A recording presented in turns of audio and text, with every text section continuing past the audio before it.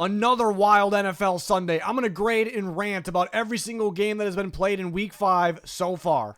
Before we get to the Sunday games that just happened, the Thursday night game was a wild one. No one was giving the Niners a shot because they're the most depleted team in football in a very depleted season, and the Niners pull it off against a really good Rams team in LA with Mac Jones.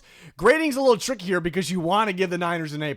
I mean, there are portions of this game where they look dominant, and what they did against the Rams while missing so many players is unreal. So they get an A+ for that. But looking at the game as a whole, it wasn't absolutely perfect. There was times they dominated. There's a lot of times where the game went their way. Maybe they're a little fortunate. The Rams kept fumbling. I mean, the Niners made those play. Well, they didn't make the play where Corum fumbled the pitch. A little bit of a crazy rotation pitch from Stafford. They made the play on Kyren Williams and the missed extra point. If the Rams make that extra point, they probably win the game. So that's the only knock on the Niners here, is that they outplayed the Rams. The Niners deserved to win this game. They made plays. They looked dominant at times. But for them to kind of barely get by, this go to overtime, you got to close these ones out to be able to win these ones. But much better than last week. They probably should have beat the Jags, but they just turned the ball over too many times. They took care of the ball a little bit and closed this one out. Mac Jones, so impressed with Mac Jones. What a perfect landing spot for him, who Kyle Shanahan really wanted in the first place over Trey Lance. He's smart. That's my biggest takeaway. He's making decisions quickly. When the first read isn't open, look what he does next. And he's playing banged up, too, going into this game, banged up a little bit more. Obviously, McCaffrey was awesome. The defense was awesome in crucial moments. I kind of worried about their run defense from last week against ETN, but look at the end of the game. They stepped up big time. And then for the Rams, a little tricky to grade, too, because this wasn't the Rams' best. They were so sloppy. They turned the ball over a bit, obviously. Just made mistakes, with kicking as well, not just with the fumbles. And the decision at the end, I question with the new overtime rules, kicking the ball first, because you may have limited time when you get the ball back. Or, if the Rams kick the field goal, the Niners would have had time to get the ball, to play ball, but the Rams would not have had time for another possession. So I don't really see the massive any advantage, in overtime. But again, backtracking a little bit, Rams, a lot of sloppiness, probably puts them under a B-. At the same time, there's still a lot of good. They sort of overcame those mistakes. Stafford is playing out of his mind. And Puka Nacua is playing out of his mind. Devontae Adams looks pretty good as well. If Kyren Williams can take care of the ball, he looks pretty good. Defense, this wasn't their best outing, but they have their moments. I mean, you could still feel and see throughout this game, it's a good team that can actually overcome mistakes. So they kind of get bumped up to a B-. Even with the mistakes, they played well enough to win. If they make an extra point, or if Kyren Williams doesn't fumble on the half-yard line, but even just go back to the extra point, they probably win the game. My only concern, takeaway going forward, is short yardage football, short yardage offense. That's an issue. Will it be fixed throughout the year? They're not going to fumble the ball and miss all these kicks throughout the year, I don't think. But the short yardage, I'm sure it'll get better, but that's going to be a question even up into the big games, deep into the playoffs. And for the Niners, the question is, I said it weeks ago, like if this team's healthy, even it doesn't even have to be 100% healthy, this is a Super Bowl contender. And people didn't want to believe it. Maybe they still don't want to believe it. But the problem is, are they going to be fully healthy? They're not going to get Nick Bosa back. Do they go out and get a pass rusher? Trey Hendrickson, is he available? We did a recent trade. We'll see. But this was a very interesting game. A nail biter in London. The Vikings pull it off 21-17. My biggest takeaway is this was not the Vikings' day. They just things weren't going their way in this game, but they pull it off. They were losing for a chunk of this game. They do pull it off. They were a little sloppy looking at the fumbles. And run defense has been an issue. It seems like it's an issue all times this year, even though they have some injuries. But trading away Harrison Phillips, a little bit of a question because he was their best run defender. And credit to the Browns for creating some of those turnovers. That's why the Vikings don't really have a high grade here. But at the same time, I mean, you look at the field goal, ricochets off camera wire. It should have been a re-kick. So again, sums up it wasn't their day, and they actually bounced back, find a way to win. Look at the fumbles. They were moving the ball very well. I mean, against a really good defense, against a top run defense, they were able to move the ball pretty well. I thought Wentz played pretty solid given all the injuries to the offensive line. Somehow the offensive line kind of held up. It wasn't perfect, but held up. They've been playing brutal. They're even more injured. They're going against the Browns defensive line. So given the circumstances, there was some good. Like if you don't take away the two fumbles of the Vikings, but you could see that they were the better team. They were moving. They were doing everything on defense but run defense, obviously. So they not only win easily, but win, maybe a little bit on the bigger side if they don't shoot themselves in the feet a little bit, but can't make those mistakes. But there was some good, but a little sloppy, so C+. In the Browns, I mean, they were winning for a chunk of this game. Gabriel wasn't great, but for a rookie getting thrown against Flores' defense, it wasn't that bad. You expected it could have been a lot worse. They ran the ball very well. They made plays on defense. So, it's one, and again, things went your way, and the things did not go the Vikings' way, so you should probably find a way to win this game. There was some good. At the same time, really the only thing they had going for them was, creating fumbles and running the football. Whenever the Vikings got them in a situation where Gabriel had to throw, it felt like that's kind of a wrap here. So that on top of, question the coaching on the Vikings' last drive, the Stefanski calling those timeouts, giving the Vikings a little more help. I mean, the Vikings kind of wanted the clock to run anyways. But just not being able to execute when the game is kind of in your hands. The run game's working. When the run game's working that well, you should be able to pull it off. And the other team's fumbling, you should be able to pull it off. And this was all about the turnover battle here. So the Browns, I mean, they have to find a way to come away with the win there. I mean, this was made, it felt like, for them to win, but it wasn't all that bad. There was some good for them in this game. So this might be a quick one. The Colts win 40-6 snot-pounding fashion. They had the ass beating. They got up to that snot-pounding. And my biggest takeaway for the Colts, I mean, this is a legit football team. Everyone's kind of wondering, are they that good? Not too many. I know the Raiders aren't that great. They shoot themselves in the foot. They're a bad football team. So you should beat the Raiders, but not too many teams do this. I mean, they just obliterate their opponent. They can do whatever they want. Throw, run, kicker goes down, doesn't even matter. Make plays on defense, score on defense. Anything the Colts wanted, they could do. It just, you kind of can feel it as the game was going on. Like, this is a dominant team. I love that they have so many different ways to win right now. Again, we talked about Jonathan Taylor's the highlight, the big one, but Daniel Jones can make plays. He can make plays to, any Pittman, Downs, Tyler Warren's a stud. The defense, Lou Anarumo looks like a very good hire. We kind of figured that. Good defensive coordinator. They can make plays. They can make stops. They could do a lot more than what people thought. So, I don't think there's too many teams that would have won in this fashion, even though it's the Raiders. I just felt like that, where when you're watching, I just kind of got that feeling like, okay, whoa, like this team could ball right now, and then they're even on off days that there's gonna be parts of this team that could be an issue for opponents. So really feeling good about the Colts right now, and the Raiders. I was about to give them an F- because they just got absolutely destroyed. But, Genti ran fairly well. They kind of moved the ball at times, and then Geno would just blow it, sort of, what he does. I just keep going back to that offseason move. Probably the worst offseason in football, because they made the rest of the team worse and traded a pick and gave – I'm not going to keep talking about it. But what they did, it's just very, very questionable from top to bottom, from start to finish. In the defense, no sacks on Daniel Jones. The game got out of hand. They kind of ran the ball, but just not much going. It's hard to trust the Raiders. It's the same takeaway as last week. It's hard to trust them. It's hard to trust Geno Smith. They need Brock Bowers in there. Obviously, he's out. Wonder what's going on there, why that ended up being a little more severe than we thought. But just not enough on this team. They rely on, we kind of said that going into the season, like they rely on Brock Bowers. They rely on Max Crosby. I'm sure there's a few other guys, maybe more than a few, that can play, but they're so patchy. There's so many, the way this roster is put together, it just almost felt like they went in complete rebuild, but they traded for Geno at the same time and gave him a contract. So it's just a very questionable team right now from top to bottom. Saints get their first win against the Giants, 26-14. Interesting game. A lot went on in this one. And at first glance, you look at the Giants' mistakes and Dart just dropping the ball. The Saints didn't really earn that one, right? And then you had a kind of a wacky strip for a touchdown when the Giants were getting near scoring. And the Saints made that play.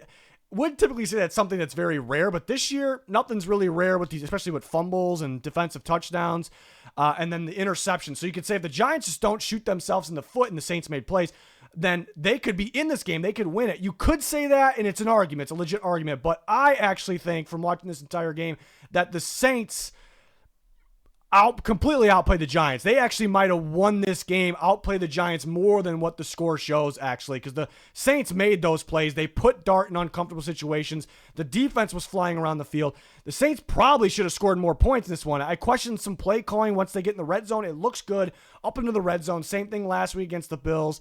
2 missed field goals. situations like that. That's what's kind of keeping the Saints from being in the A range, because I actually felt that they could have dominated the Giants on the scoreboard, and they didn't do that. But there was some Rattler, I was impressed with Rattler, making smart decisions, making good throws. There's a different variety of ways they were able to move the ball. I like the simple ways, right? Don't try to overthink things, but there was a variety of ways they could move the ball, a collection of different guys. Shaheed making big-time plays, obviously, mixing Taysom Hill in there, maybe overthinking with him at times, but the defense played fantastic. That kind of reminds you of some of those elite Saints defensive performances that we got used to for a while. Kool-Aid McKinstry balling out, so that they made some big-time plays. There was too many reps on defense where Jackson Dart had all day to throw, so again, credit for the rest of the defense to overcoming that. That was, if I had to nitpick, it's a little more than a nitpick on the Saints defense, but they got to finish a little better. I felt like I kept thinking, all right, the Saints got this, and now they're going to go put it away even more, and it's like, no, they didn't really do that. So they're close to that A-. I was like B+, A-. They're right there. Finish better play calling in the red zone. Wish the pass rush a little bit better. They're missing Chase Young right now. Also had some other guys go down.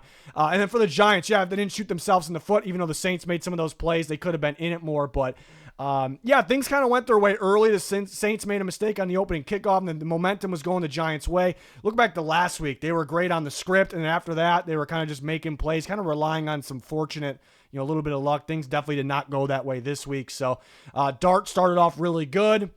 When things are going great, momentum's there, and there's a script in the first, obviously the start, and then things didn't go so great for him. I still can't believe he dropped that ball. I'm still a believer in Dart, obviously. You can't just say we're not after game 2. It's on the road. Was a rookie really going to go on the road and start 2-0? That's a big reason I picked the Saints.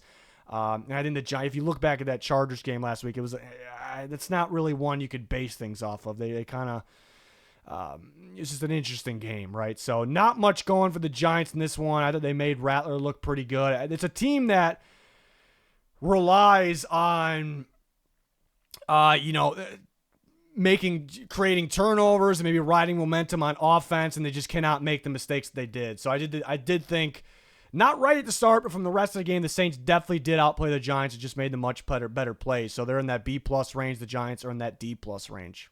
Cowboys and Jets, this ending score made it kind of look a little closer than it was, but the Jets did move the ball. I mean, the Cowboys defense isn't the best in the world, but I mean, they clutched up when they needed to, made plays. The offense has been lights out. I knew Ferguson would kind of have a breakout game here. I mean, not really a breakout. He's been having some productive games, but good matchup against the Jets. But Dak continues the ball out too. Javonte Williams, people were doubting him, but Sean Payton was giving him 6 carries a game, not letting him get hot. The guy could play. We saw it at North Carolina. The guy can play. So happy for him. Happy for the Cowboys to get him. I mean, a steal of a deal. He's going to get paid a little bit more. Do the Cowboys want to pay running backs? Again, they kind of got anti that. We're getting ahead of ourselves a little bit. They got the job done. They got a lead. They made plays. They got to execute on offense when you have the opportunity. And, the Cowboys, I know they tied last week, but things are they're kind of feeling good. I still wonder about the defense. It's going to be tough to win a lot of football games if the defense is that bad, but they made plays and they had to here. And the Jets, I mean, they were able to move the ball. It's kind of like last week, but they just make mistakes. The team is undisciplined, unprepared. The fumbles are still there. Anybody could throw on the Cowboys, but Justin Fields' ending numbers looks like he did. But if you look at the more important part of this game, when they could have been in it and weren't, they couldn't throw consistently enough. They rely on the run game, and they can run as long as they take care of the football. But you need a quarterback that can consistently throw. There's a lot of quarterbacks, even backup quarterbacks, that would be able to throw in the peak part of the sweet spot of the game better than Justin Fields. So he's got mobility. He's got arm talent, too. He just can't really put it together there. So this, I mean, it's brutal for the Jets right now. They don't have to be this bad. They do not have to be this bad, and so that's kind of what I question. What is Aaron Glenn doing for them? The defense was already solid. It wasn't great, but they were a pain in the ass to deal with. They have the same stud players, and they're terrible right now. They're too predictable, and again, undisciplined, unprepared all over the field. So this is a very, very bad look for Aaron Glenn. Brutal.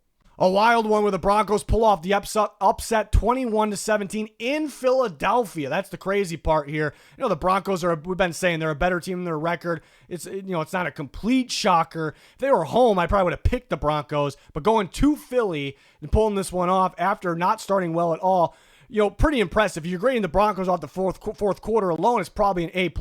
There was a long stretch of this game where not only they were bad, but it felt like it was over, and you're like, do the Broncos even exist? When I'm trying to focus on all these games, do the Broncos exist right now? So just a stale offense, just little mistakes that aren't major mistakes, but just not getting the job done. So that's kind of why they're at a B.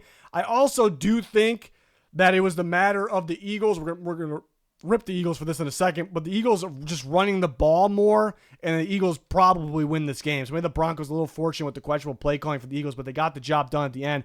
Both sides of the ball clutching up and pulling off this win. The Broncos are better in their record. They have to put full 4 quarters together, especially on offense, against better teams. But this is a sneaky team that can play at times and can be clutch at times on both sides of the ball. So a team that I think could keep getting off this, keep growing and getting better as the year goes on. Yeah, the Eagles, they have a lead, and they had a shot at the end too. People calling for PI. Was there enough there? You could question it because the guy's hand was in the shoulder pad, but there's not a lot of contact there. But there's some questionable things throughout this whole game. The Eagles actually got called for stuff. Usually they're on the better side of things. So it was kind of just a tough one all around, but they had a good lead, multi-score lead.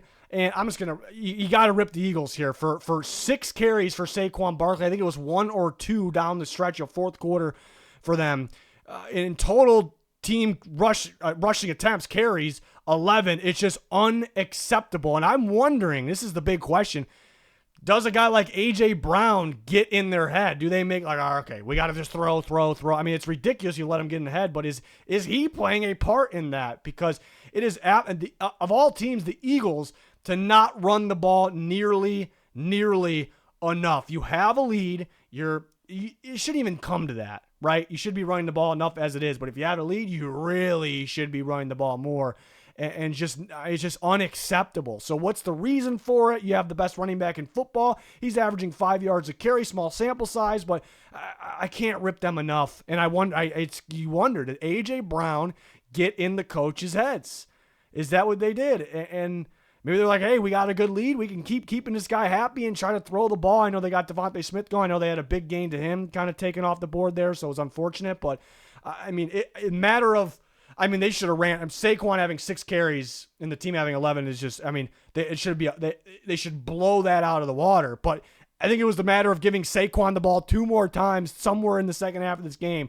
2 more. It should be a lot more. And they probably win this game. So, putting that one on the coaching staff. We're not going to put it on A.J. Brown, even though I do think him having some issues, which is crazy. Winning football games. You're winning football games. Shut up. It's ridiculous. But I wonder if that has a part of it, but I'm not going to blame A.J. Brown for that playing a part. It's the coach's decisions. The coaching blew this game. Kind of reminds me of the Chargers last week. If you just ran the ball to your star running back a little bit more, you beat a team you should beat. So it's a tough one. Tough one to grade, I suppose. There's a few of those this week. Because C+, but they were looking pretty good early. Coaching was bad. They choked it in the second half. Broncos are a good team. This was a battle.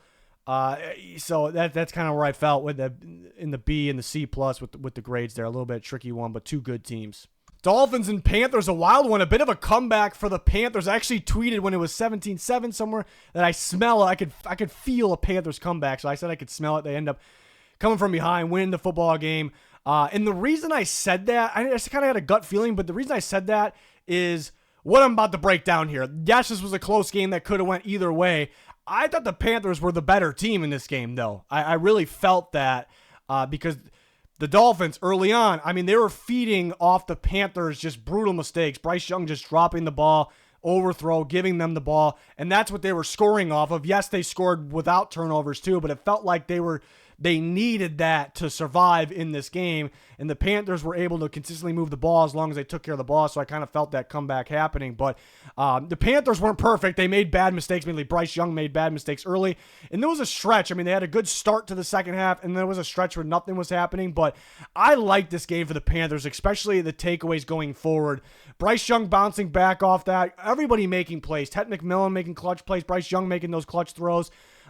And then, Leggett making that clutch touchdown catch that was crucial as well. Rico Dowdle going absolutely off, over 200 yards, just explosive, took advantage of that Dolphins run game. How about the run defense of the Panthers? We're used to being just terrible. Stopped Devon Achane, I mean, just big time. There's a lot of good takeaways for the Panthers. There's some sloppiness, why they can't be in the A range, but that almost makes this better. For them to overcome that and look good, like everything we just broke down on so many phases, so many different players, but getting Mitchell Evans going, just so many, Jimmy Horn Jr. going. Bryce Young looked so bad early in this game, but then really figured out that the coaching was great in this game, and they were able to clutch up, force the Dolphins in some uncomfortable situations on offense for most of the second half. They had broken coverage in that one, so it was just a few, literally like 3 mistakes in this game. Big mistakes that almost lost them the game, but outside of that, like you could see they are the better team. So I like this going forward for the Panthers. Just got to take care of the football a little bit better. Got to kind of cut down on those huge mistakes. And then the question is, are they just this much better at home than away? What's the situation there? So they still got to figure it out. But in terms of the Dolphins, yeah, they were very close to winning, but I got a lot knocks on them here. I kind of relied on the Panthers making big mistakes. Yes, they had good moments. Tua hitting Waddle, making big time plays. I hated how they abandoned the run so easy. Yes, Achane had 10 carries and he was averaging 1.8 yards per carry. I mean, that's brutal. You're playing the Panthers run defense. Yes, it's better this year. They're a lot better this year than it was last year, but that can't happen. But it also can't happen that you're winning a large chunk of this game. You have a 17-0 lead and you're just abandoning that run. It's just absolutely unacceptable. Unacceptable for Mike McDaniel. You're kind of forcing yourself into predictable situations, and you made it a little bit easier for the Panthers. So I think the Dolphins kind of relied on things and quit on the run game. They were not good enough on the run game, even though they quit on it. The run defense, I'm a big run defense guy. If you can't stop the run, you're lucky you were even this close in the game. Even though you could say they were lucky that the Panthers were lucky they came back. Sure, whatever. But give up 200 plus yards to one running back, and then as a team total, more than that, it's absolutely brutal. There was a stretch where they were solid, so we can't give them a terrible grade, obviously, but I do think the Panthers don't start with mistakes. They probably win this game huge, so that was kind of my takeaway from this one. A snot pounding in Baltimore. The Texans take care of business 44-10. Pretty easy one to grade. You have to give the Texans an A+ because this game was over from start to finish. Absolutely dominant fashion. And you have to give the Ravens an F because it was brutal. I mean, 3 interceptions. Everything's bad, but it's like, how many takeaways could you actually have from this? I mean, you could have some for the Texans here, but the Ravens, their best players are out. Their 4 best players on defense are out. Lamar Jackson is out. Their best tackle is out. It's ridiculous. And as soon as Kyle Hamilton was out, which I didn't really expect, but it was a little bit before the game. I think while the Vikings game was still going on, I'm like, okay. I already felt the Texans were going to definitely win this game, but it's now it's oh my God. They're almost throwing in the towel for this week. Lamar's out, this guy's out, that guy's out. Let's just not risk any more injury. So, you could say maybe it's a little smart, but it's a little unfortunate at the same time. And the Texans, how much good could you say when they played the Ravens? They got a good draw here, playing the Ravens with their best players are out. But the Texans still have to make plays. They did that. This is great for the Texans. I can't have takeaways where they're for sure fixed. This is great. How did they do this? We can't do that. But it's a momentum builder. Stroud played very well. The weapons played well. They got Chubb going a little bit. They dominated on defense. But we knew this is a very dominant defense. Even if the Ravens starters were in, they would have scored more than 10. But it's still a very good defense for the Texans. We knew that. But it seems like more of an offensive year right now so far. So you have to execute more on offense. The play calling needs to be better. The blocking needs to be better. Stroud needs to be better. The run game needs to be better. Everybody outside of Nico Collins needs to be better because Nico Collins is great already. And they did that in this game. So they went out and did that. So it's a momentum builder. And it's maybe contagious stuff, I suppose. Sometimes football can be contagious. So that's really the takeaway, which is good. It's just you can't really have much more than that. So it's an easy A+ and F, though. This is a good draw for the Texans. Got a little lucky with that draw, with the timing with the Ravens, but they went out and did it. They went out and made plays. No idea how the Tennessee Titans won this game. Their first win, 22-21. There's a lot of lucky wins this year in the NFL, crazy amount from week 1 till now. This could be one of the ones, maybe of all time, because what happened within this game. But the Titans did step up in the second half. They didn't let it get out of reach. The run defense was fantastic in this one. Cam Ward made some good throws, especially down the stretch, especially in that last drive to set them up. But he made other really good throws. He had some bad moments, but he's a rookie. He made some other really good throws that went unnoticed because drops or just there was one that was deep that was technically slightly overthrown, but DK was running he was a little off balance. I thought a really good receiver probably would have got that. Mistakes. He had a nice touch pass. I think it was to Helm. I'm trying to watch all the games at the same time. And I remember the announcer saying, oh, that was a ugly pass or wasn't too pretty, something like that. And I was like, that was a pretty ball. So I don't know. Cam Ward's like the least talked about first overall pick of all time, I feel like. And he stepped up. So I think we got to give him a little bit more credit. Pollard ran the ball fairly well. And there was a fumble in there, though. They made mistakes. It's a weird one to grade because the Titans played bad enough to lose this game, and the Cardinals choked it. Titans made plays at the end, but yeah, the Titans did. The Cardinals probably should have won this game. Did the Cardinals deserve to win this game with the mistakes they made? I don't know. I don't know if I could say that, but they did outplay the Titans for most of this game, and it took a DeMercado dropping the ball, and I still quite like he deserves to have a fumble for doing that, but he kind of put the ball like this, crossed the plane, and then lost it. I'm surprised it didn't stay, so you can question that one. But I suppose you just can't let that happen. But they made that play. Like the Titans didn't earn that play, and the crazy interception fumble shoots in the end zone. They cover. That play sums this game up. Like just two bad teams. Disastrous teams. Yes, they look good at times in this game. So maybe C- all around are pretty generous. I thought the Cardinals did enough to win this game, so I couldn't give the Titans a better grade than the Cardinals, but the Cardinals choked it, and the Titans won the game, so I couldn't give the Cardinals a better grade than the Titans. So it's a weird one to grade. Let me know your guys' grades for any of the games, really, but especially this one. Pretty wild. Cardinals, offensive play calling and just decision-making is brutal. I don't know why Michael Carter's getting as many carries as he did. DeMercado's the best of the backs they have. Yeah, he made a stupid mistake that may have cost them that one moment. They had opportunities to fix that, obviously, and still hold on to the game. But he is their best runner, technically. So I don't know. And they kind of give, like at the end, they were like, yeah, let's just run the ball 3 times, give the ball back to the Titans. But good defenses have not been stopping offenses late in games. It's kind of what happens. Gannon calls a good defense typically. They have a good defense typically at the end of games. Not so much. This kind of reminded me of the Niners game a little bit. So 2 that the Cardinals let slip away. They almost pulled last week off. Couldn't pull that off. They didn't really deserve to win that one. But so I question coaching more than anything. Yes, players made some dumb mistakes. You got to fall on the ball better. You got to hang on to the ball when you get a free touchdown or you earned a touchdown. You got to hang on to the ball. So I don't know. It's mainly coaching for the Cardinals. I don't know what else to say about this game. It's just like, it's frustrating when teams that just blow games like this and fluky things happen, even though the Titans didn't make plays down the stretch. So it felt like 2 bad teams. I think that one play with the fumble getting pushed in the end zone, interception fumble, whatever. I could not believe what I was watching this one. But the Titans get a win. Don't really trust them going forward. This is kind of what it takes to win. So is it that impressive of one? Cardinals are a bit of a mess. Do not need to be this much of a mess. A wild one in Seattle. A lot to break down here. The Buccaneers pulled off 38-35. Much more of a shootout than expected, especially because the first half was a lot of defense, right? And you got a Seattle great defense. I know both offenses are very capable. They got some big-time players that can make explosive plays, but a little more scoring than expected. And the big takeaway for the Bucs is you're missing so many players and you're still pulling it off. They're so clutch at finding ways to win. Missing all these players against what we think is a great defense, what's supposed to be a great defense. They have been very good.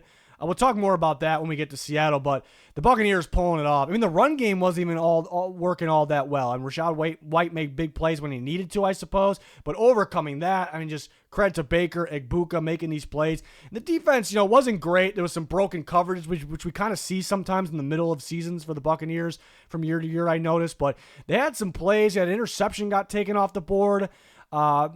Early in this game, the Buccaneers were not getting pressure at all. Credit the Seattle offensive line at that time. At that point, I'm like, this is a much better offensive line than I expected. Like, I'm surprised. They're holding up. Buccaneers probably weren't blitzing as much as I thought at that point when they were. Seattle was kind of holding up, giving Darnold all time, and he's kind of slinging. It was weird because I thought he had more time early when they weren't scoring, but Buccaneers basically clutching up, making big-time plays when they needed to, and it's so impressive what they're able to do in Seattle, missing some players. I do think, even though it could have went either way, and maybe it was going to take I don't want to say luck, but either whoever won, it was going to take a little bit of luck. But even with that, I felt like the Buccaneers had this game. I thought maybe they're a little more deserving. Maybe they outplayed the Seahawks a bit. Maybe a bit more than 3, not a ton more than that, but up 13-0 in the, right at the end of the first half, they get up a score, get another score right away. They had an interception taken off the board. And that kind of leads us into Seattle. Some of the things we talked about last week were, they're going to play the Bucs. They haven't really been tested that much yet. We're talking about this. Does Seattle have the best defense? One of the best defenses. And so, now they got a little more tested. They didn't look like that.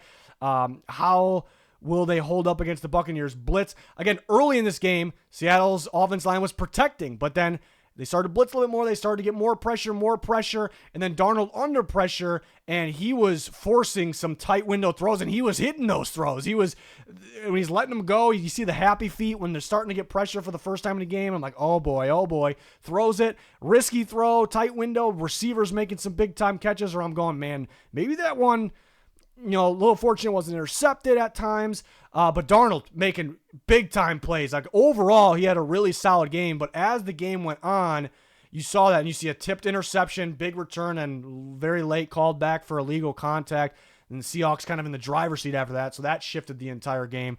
So it's like, and then Darnold escaping pressure to take the lead. I didn't know Darnold had that in him. Big-time play. And they eventually get the ball back. Can't stop Tampa. And then there comes the pressure. Darnold with you watch the footwork. It's just under pressure. Panic throw. Throws it too low. Bounces off a helmet. We saw that a little bit last year, a little bit in the past of his career. If you watch that game, you're kind of surprised that was the first time he was picked. He was actually picked out before that. But there was a lot of that. Just a lot of good tight window throws. Mainly a good game from Darnold. Just a lot of... Again, you get a little he gets a little nervous. You get a little nervous when you see him at times. But overall, they made those plays. They were on the right side of those plays, and they couldn't finish this game out and just could not stop Tampa. I mean, that was the main issue, not the interception at the end, right? But clutch plays after clutch plays for both teams here. Yeah, against Seattle, I mean, we kind of wondered that. Have they been tested enough? They actually ran the ball very, very well in this game, but didn't run it enough probably, which was what they were down. They were down 13-0. They felt like they were, all right, Bucs score. We got to score. And then they were in the driver's seat for a second. This is a wild game. Thought they would have ran the ball more. Kenneth Walker was having some success against the Bucs, which is impressive because the Bucs typically stop the run very well. And then early in the game, they were moving well, just normal offense, and they bring Milroe in. It's a kind of a disaster. So, that again, a lot of things we kind of brought up last week. They completely outplayed the Cardinals, but because of play calling, in different fashion than this week, but because of play calling, it kind of let the Cardinals back in the game. Last week, I thought they got too conservative, so it was a different fashion this week. But even though, the offense scored 35 points, with their defense, they should be able to win with 35 points. But there's still some questions that I question there for Seattle in this one. But, they can't close this one out. Even though back and forth, I do think the Bucs, I felt like this might be the Bucs game. And then, there was a little bit there where it might be Seattle's. But, a thriller of a game. How is Seattle against these good teams? I mean, they show they can make plays on offense here. So that's the good thing. Just kind of wondering about the defense here. This is supposed to be one of the top defenses in football. They do play a top-tier explosive offense. Just so much to digest with this game. Still thinking about it. Still thinking of how crazy it was. And the Buccaneers. Watching it, I knew Darnold was going to throw a pick when under pressure at the end. It felt like, even though he's playing fantastic, for the most part, maybe fantastic is a little strong. The numbers probably would say that. But it felt like he's working his way into a turnover at the worst time, and boom. Like I was saying that all game, and then boom, it happened. So at the worst time. But again, keep going back to that. You score 35 points in the Buccaneers. You score 35 points. Things kind of bounce your way at times. Buccaneers are missing so many guys. You should be able to win the game. Defense got to step up a little bit better. Lions take care of business against the Bengals, 37-24, about around what we expected. I'd say maybe the Bengals made a few more splash plays on both sides, more offense later in the game than expected. But again, this was later. I felt like the score ended up making it look closer than it actually was. The Lions handled business and kind of pulled away early. You felt comfortable going into the game, but during the game, the Lions were going to be just fine. Through the air, on the ground, defense made plays when they needed to, took care of business against Jake Browning, who's been making mistakes against everyone. Again, they're down DJ Reed in the secondary, and that showed a little bit. maybe some of the players also felt like, hey, we won the game. Typically the Lions aren't like that, and the Bengals were able to make some big time plays. But I don't really have any other takeaways than that. Lions been looking really, really good, and a couple teams right there with them. If in terms of who are the top teams in the power rankings lost this week, so that's great for the Lions. They've been fantastic. Got a big one coming up against the Chiefs, and for the Bengals, it's really now or never. If you want to, some people are talking about adding Russell Wilson. It's probably already too late, but it's now or never for that, because you got to get him in there, and he's probably can't play right away. So I don't know. It's probably too late, really, at that point. But people are going to be talking about that. They really have to. I mean, it's just unfortunate Burrow got injured, and they got to start building up that defense, because Al Golden can coach defense. You see the blitz packages here and there are pretty impactful, and he's not he doesn't have a ton to work with. So just got to get better players, and you got to stay healthy on offense. Really the only takeaways there for Cincy. An interesting game here, a very tough one to grade, because both sides of this. The Chargers were so sloppy 2 weeks in a row, but they were so sloppy. The execution was not there when it mattered most. They kind of blew this game away. They had opportunity to get a pretty decent lead early in this game, couldn't execute. Second half, had opportunities, starting to slip away, they're going to get back in it. Couldn't execute. Bad roughing the punter penalty, a bad time. They had a touchdown, an incredible return from Ladd McConkey. Just a lot of lack of executing, and Hampton getting a little banged up seemed to be pretty significant for them, because you're right around the goal line. Obviously, Herbert ends up throwing interception, but it's a tough one to grade, because they were so damn sloppy. You have to give them a bad grade. The lack of execution, but at the same time, it's like there was parts early in this game. It was just early, though, where it's like they're dominating. The Chargers might win big in this game, and that's where the failing to execute kind of came into play. And there was times like Herbert is under pressure nonstop, because, again, the offense line is beat up. We kind of maybe expect this. He's getting hit. He's under pressure nonstop, and he's still beautiful balls. And for the most part, his weapons were kind of letting him down. Johnston, takes a pop and fumbles, and Conklin goes right through his hands on fourth down, but Herbert did have a bad interception. It's not the same page with Keenan Allen. So it's like there were some good moments, and there were moments where you go, all right, the Chargers are really good. Like, they could win this game big, or they're back in it despite the mistakes. So I originally was going to go C-, just because you could see there was some good in there in a way, even though they finished with 10 points against a defense that struggled last week. So D+, C-, and weird game for the Commanders. They made clutch plays, right? Big step up for defense this week. They stepped up when they needed to. The second half felt like from start to finish, they were much better in the second half. Offense was much better. Besides the fumble, Jacory Groski-Merritt was just ripping off runs against them. Obviously, he's very talented, has a bright future. They need to use him more, obviously, like they did in this game. And Daniels was, a little bit better in the second half. Debo making clutch plays. McCaffrey, big-time play. So much better in the second half. At the same time, the Commanders were pretty fortunate, and they made plays along the way of being fortunate. They made those plays they're part of it, right? But they were fortunate, I didn't finish my sentence, to not be out of the game in the first half.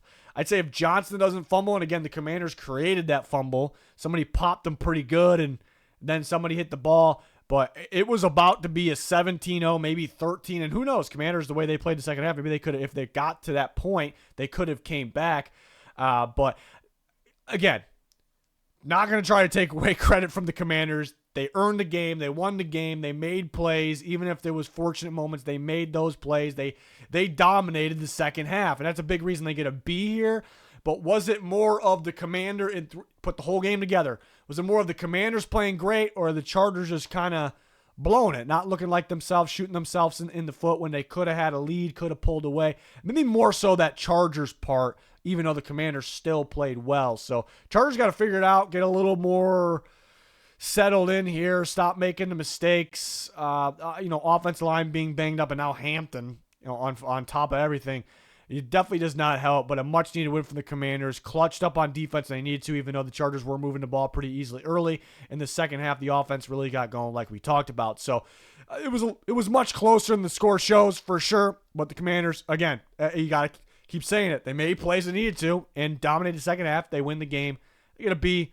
They're firmly at a B, I feel like. And the Chargers are D+, C-. Just too many mistakes. Finished with 10 points. Bad execution.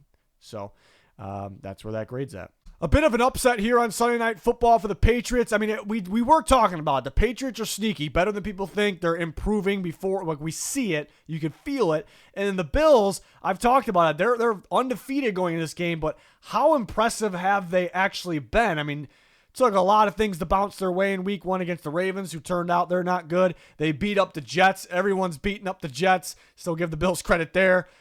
They weren't all that impressive. Really after that, at least in my opinion, looking at the Dolphins, I mean, they controlled that game, but it wasn't the prettiest in the world. And the Saints game, it felt like the Saints were in that game and they make an unfortunate mistake. So it's like, I wish I was a little more impressed with who's supposed to be maybe the top team right now, even though it's hard for teams to win. And then that showed up in a game like this. This was their toughest opponent yet, and they're at home, and they can't pull it off here. Just too many mistakes, the turnovers, obviously, and crucial moments on top of it. The penalties, there was penalties on both sides, maybe too many of them. Fumbles and penalties. I mean, there was a stretch of this game where I'm like, am I watching professional football? And then it started to kind of click into gear here, but just too many mistakes from the Bills. It just looked a little bland, and I think the best part of the Josh Allen technically is the best part of the offense, but the best part of the offense in the game so far this year, you could argue, is James Cook, getting him going, getting the whole offense going. And the Patriots do a damn good job before this game, and then in this game, stopping running backs, stopping the run. And that was a massive factor in this game. So just trying, and Keon Coleman made some big-time plays, obviously some couple big-time catches, obviously. And they had some production here and there, but just felt a little bland is kind of what I'm getting at, as the Patriots kind of took away that run. So a lot of factors that held the Bills back. A lot of factors that we just explained. And even though the game was close and the Bills had a shot, and if they didn't shoot themselves in the feet, maybe they would have won the game. At the same time, the Patriots controlled this game. The Patriots outplayed the Bills. The Patriots deserved to win this game. Probably a little easier than what it came down to. So impressed with Drake Maye. So impressed with the Patriots the last 2 weeks. Drake Maye the last 2 weeks. Drake May's ahead of schedule. I was a big Drake Maye guy, but he's even ahead of schedule for me. This guy is good right now. He is potentially a star in the making. We see some clutch plays. Diggs going back-to-back weeks. They really got hit last week, and then going revenge game for Diggs, if you want to call it that. Absolutely dominant. Defense, again, I'm a big stop the run first guy. If you could stop the run, slow down the run, throw a team off, like, hey, you might not have this part of your game, and you also limit them from being able to control the clock, it's huge. And the Patriots this year, with Vrabel and company coming in, they have stopped the run as good as anyone in football. They could be the best in football, and that was a huge part of this game. So it starts with that, but you have Drake Maye. I mean, I can't say enough about Drake Maye.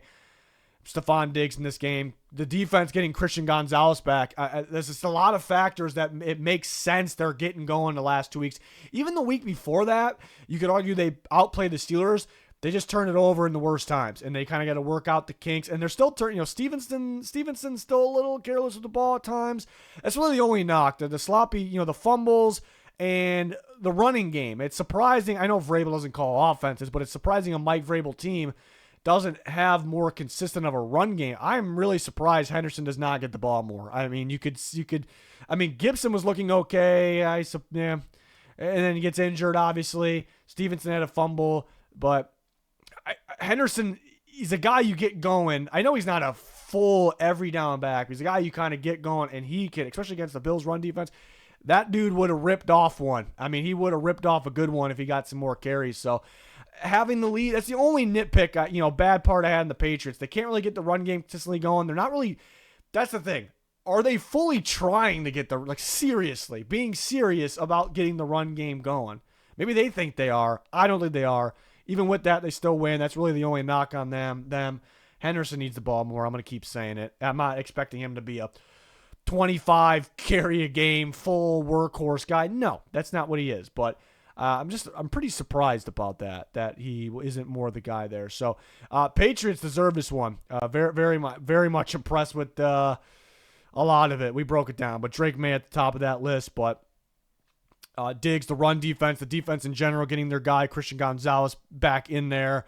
The defensive line coming together, adding Milton Williams into the mix. We saw that in the offseason, and we saw in full force, being an impact, for them. And The coaching staff, another thing you got to kind of applaud to kind of lift this team. So Drake Maye and the Patriots are the same. Like they're good right now, and they're just getting going. The ceiling is very, very high. The Bills, yeah, I'm waiting to be impressed from the Bills still. I mean, they have impressive moments throughout this year, but I'm kind of waiting for it. They got a tough one, in Atlanta, who's off the bye, a team that really could run the football and throw it, looking at last week against Washington. So that's a sneaky one there. The Bills got to figure something out quick here, actually. It's weird to say because they have one of the best records. I mean, they're tied for the best record in football, but they got to put some things together. It feels like every year the Bills go through a little stretch where it's like they're a little iffy. So will that be now? Will they figure it out for the next week game? Where's that, Monday night? Actually, yeah, that's Monday night. There's a doubleheader. Chiefs-Lions will be Sunday night. So, yeah, it's a big-time win for the Patriots. Thought they could be sneaky in this game. I was a little afraid of Pickett being in Buffalo, and they pulled it off, though. That's a very, very sneaky team. But there you have it through the Sunday games. Want to jump on these takeaways and recap. As soon as the Monday night games are done, we're on to the Week 6 content, starting with those power rankings. So join us. Like, subscribe, turn notifications on. Thanks for watching. Goodbye.